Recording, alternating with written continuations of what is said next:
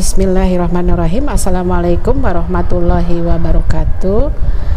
Kita bertemu kembali dan video kali ini kita masih tetap membahas KD 3.1 perencanaan usaha pengolahan makanan khas daerah yang dimodifikasi dari bahan pangan nabati dan hewani. Nah, kita akan membahas komponen penyusun rencana usaha. Perencanaan usaha itu dapat diawali ya dengan membahas apa pengertian dari perencanaan. Perencanaan adalah kegiatan yang dilakukan untuk mengembangkan usaha baik secara individu maupun kelompok ya, menetapkan atau menentukan suatu cara bertindak sebelum tindakan itu sendiri diaplikasikan atau dilaksanakan ya. Artinya bahwa dalam suatu perencanaan setiap orang diharuskan untuk bisa berpikir terlebih dahulu mengenai apa yang akan dilakukan, kemudian bagaimana melakukannya dan siapa yang melakukannya serta siapa yang bertanggung jawab atas semua kegiatan yang dilakukannya tersebut. Dengan demikian, melakukan pemikiran tersebut diharapkan bahwa tujuannya akan bisa tercapai lebih efektif dan efisien. Nah, perencanaan usaha itu dapat diawali dengan melakukan suatu riset pasar dan analisis SWOT untuk menentukan ide dan peluang dengan cara yang kreatif dan inovatif. Ide adalah gagasan dan peluang adalah kesempatan ya. Perencanaan yang matang dengan kreativitas dan inovasi yang tinggi itu dapat mengembangkan usaha sehingga ide dan peluang adalah gagasan atau pemikiran yang baru dalam menciptakan suatu produk yang berpotensi memiliki peluang yang besar dan didukung oleh administrasi serta pemasaran yang baik. Tentunya setiap organisasi itu mempunyai tujuan dalam membuat perencanaan ya. Nah, tujuannya adalah yang pertama menentukan standar tertentu yang harus dipakai sehingga mudah untuk melaksanakan atau dilakukan pengawasan. Kemudian yang kedua adalah efisiensi, menghindari pemborosan dan tumpang tindih dalam pekerjaan. Jadi tupoksi dalam pekerjaan itu jelas.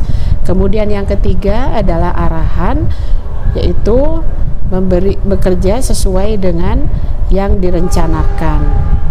Kemudian yang keempat yaitu adalah survive atau bertahan, itu dilakukan dengan mengantisipasi dan mampu beradaptasi dari perubahan yang akan terjadi.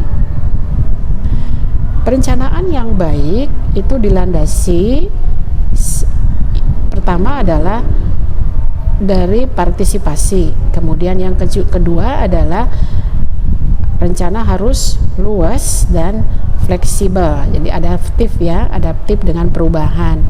Kemudian yang ketiga adalah berdasarkan pada alternatif. Kemudian perencanaan yang baik itu adalah harus realistis dan juga harus bersifat ekonomis ya.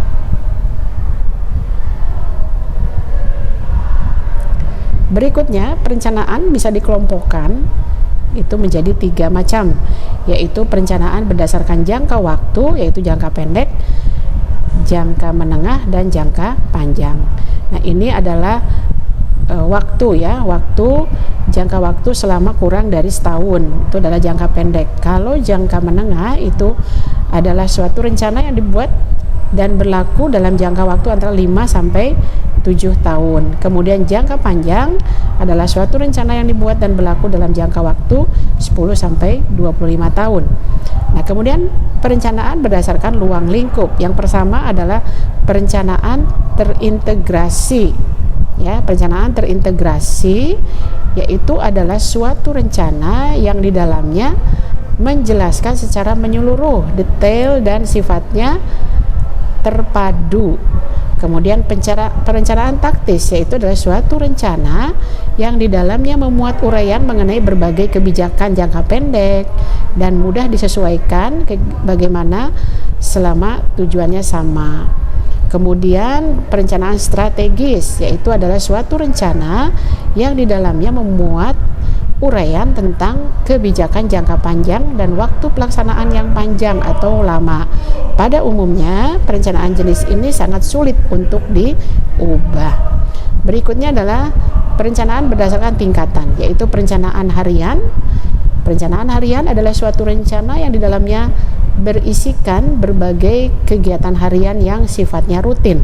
Kemudian perencanaan operasional adalah rencana yang hanya fokus kepada pedoman atau petunjuk pelaksanaan berbagai macam program organisasi atau perusahaan. Dan berikutnya adalah perencanaan induk, yaitu adalah suatu rencana yang hanya fokus kepada kebijakan perusahaan atau organisasi yang di dalamnya berisikan tujuan jangka panjang dan ruang lingkupnya luas. Berikutnya adalah fungsi perencanaan, yaitu mendorong tercapainya tujuan. Kemudian yang kedua adalah meminimalisir dampak ya yang timbul di masa yang akan datang. Jadi ini adalah tadi seperti prepare ya, beradaptasi, kemudian juga bisa